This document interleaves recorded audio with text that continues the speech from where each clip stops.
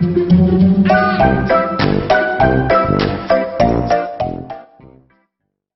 everyone, it's Cassie. Welcome back for another Brutus Monroe video. Today I'm working on something gifty. So I'm going to pull out the Comfort and Joy stamp set. This box is actually still available. And then we're going to be using the rectangle foundation dies. We also have the Magenta Glitterstock. And then we have some Elegant Essentials Gilded Cardstock along with several Aqua Pigments. We have those in Lime, Cider, Sunflower, Dahlia, and I'm going to bring in Hunter later on. I'm going to use some embossing ink, and then I thought about using my Raven Ultrafine embossing powder. It's just a black, beautiful embossing powder, but I changed my mind and I decided to use the Raven Sparkle because, yeah, y'all know I love me some sparkle, and that stuff is incredible. So let's go ahead and stamp our image. Like I said, this comes from the Comfort and Joy stamp set. And it's actually a part of the inspiration box, which is an amazing deal, and it's still available, so I'll have that linked down below, and it's available until it's sold out. So and after that, then the stamp set will hopefully be available, but it may or may not be. So what I'm doing is I am inking up the stamp using some embossing ink, and then I stamped that onto some watercolor paper. I covered that with my Raven Sparkle embossing powder, and it's nice and black and glittery and just perfect. So I'm going to heat set that till that is melted, but I did use a magic powder bag ahead of time, so that cut down on any of the excess powder sticking to places that I didn't want it to, and as you can tell, I didn't really have any issue with that. So once that's all heated and done, we're going to move on to using our Aqua Pigments. Some of them that I've chosen have a little bit of sparkle to them, and that settles at the bottom, so I'm just shaking those up really, really well, and then I'll put a little bit of those on my glass mat. A little goes a long way. This is a lot more than I actually needed. So if you get these, they're going to last you a while, but I love my Aqua Pigments. And they, well, obviously are watercolor, so they're going to work best in layers. And what I like about Aqua Pigments is that they are so forgiving for those of us that may not be real great at watercolor or that aren't great at mixing our colors. These make it so easy to mix. So all I'm doing is just putting down a wash of my lime Aqua Pigment onto my tree. And the reason I decided to emboss it, because you could completely skip that step and just use your Raven Detail ink, I decided to use the embossing powder not only because it's beautiful, but also because it gives a nice, beautiful raised edge, which makes it super easy to continue watercoloring without having to wait for things to dry in between. And so if I hadn't done that, if I hadn't done the embossing, I wouldn't be able to move on to the little baubles on the tree. So I'm just kind of sticking that color down in there, and it's staying in the wells very, very nicely because of the embossing. And then this is where I decide I want to add a little bit of depth. So I'm going to bring in my Hunter color.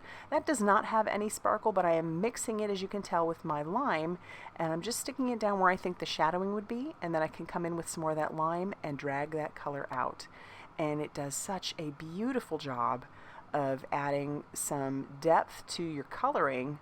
And this is what I was talking about. If you're not really great, and I'm really not that great at mixing my colors, so having them in liquid form makes it so much easier to be able to mix what I need. And then, you know, if you don't like it, you can add a little more of one color, a little more of the other, whatever you need to do. But for somebody like me, this works out really, really well. I often, when I'm trying to do regular watercolors, have a tendency to mix too much, and then I feel like it's a total waste. Alright, once I'm done with that, that's all the mixing I'm really going to do. I'm going to set that off to the side to dry before I move on to anything else, but let's take a look at how sparkly that is. Isn't that beautiful? Ugh. The embossing powder and the Aqua Pigments that I used are just so beautiful. Now I'm going to take my rectangle foundations dies, and the bigger one that I'm using that on my Elegant Essentials Gilded Cardstock, and then I'll use the smaller one on some of that Magenta Glitterstock.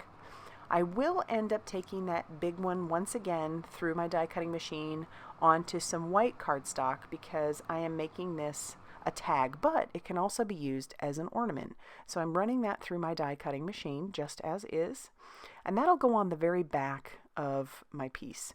And so this way it'll give plenty of room for to be able to write to the recipient if I want to.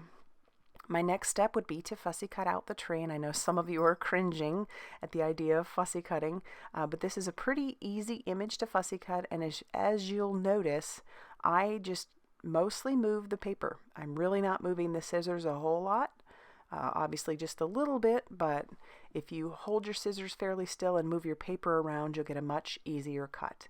And I'm leaving a little bit of a white border all around my tree. It'll make that tree stand out just that much more.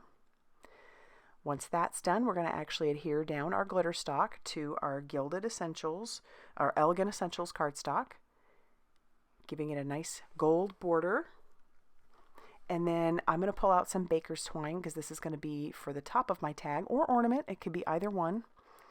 And then I'll just cut that and then flip over my piece. And I'm going to attach that down actually with a little bit of washi tape to start. You could use purple tape. You wouldn't, I suppose, even have to use this, but I wanted to make sure that it would really stay in place. So I'm just sticking that down, and I'm going to put some of that liquid glue all over my white cardstock piece, and then I'll attach that down, and so that it's almost like a seamless little ornament or tag there. Once I'm done with that, we'll flip that over, kind of let that dry a little bit, and we'll start putting some of the Brutus Monroe black foam tape on the back of our tree. You'll notice I didn't use a sentiment, and you could obviously use a sentiment if you wanted to, but I decided to just leave this as a little Christmas tree. And then I'm going to use my paper piercer to peel off all of the release paper on our foam tape. It just kind of gets under there pretty easily and makes it that much easier to pull that off. And then once I stick that down, that's going to finish off our little gifty tag or ornament, however you want to consider it. But I love that the back has plenty of room to write the year or, you know, just a little note to your recipient or whatever you might want to do. But if you liked this video, please hit that like button and consider subscribing if you haven't already done so. And as always, I will see you very soon in another video. Bye, everybody.